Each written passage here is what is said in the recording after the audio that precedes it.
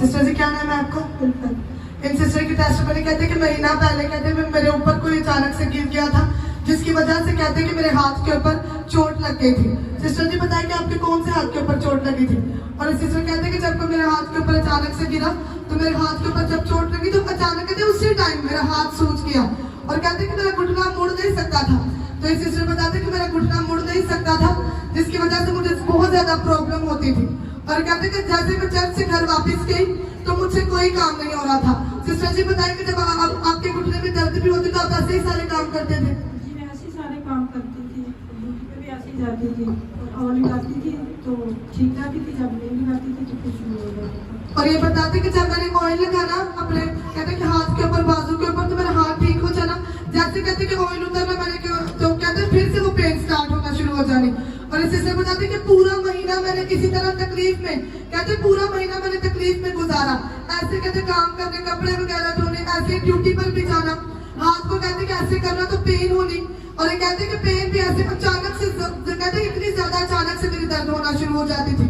और ये बताते कि मेरा फेथ खुदावन पर था। जब मैं खुदावन की प्रेजेंस में थी कहती सिस्टर अपने मुंह से अपनी गवाही बता रही थी उस दिन कि मैं अपने मुंह से कहती थी कि आज मेरी गवाही है कि खुदावन मुझे गवाही के साथ खड़ा करेगा। और कहते कि मेरा फेथ था खुदावन पर कि खुदावन तो मुझे छुएगा और मुझे चंगा करेगा।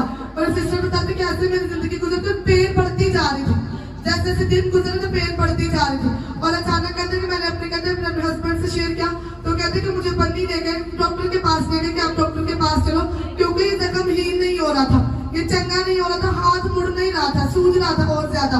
तो जब ये डॉक्टर के पास गए तो डॉक्टर ने इनको बोला कि आपकी जो हड्डी है वो बिल्कुल क्रैक हो चुकी है, छोटी छोटी पीस जो होते हैं वो हिल चुके हैं आपके हड्डी के हाथ के।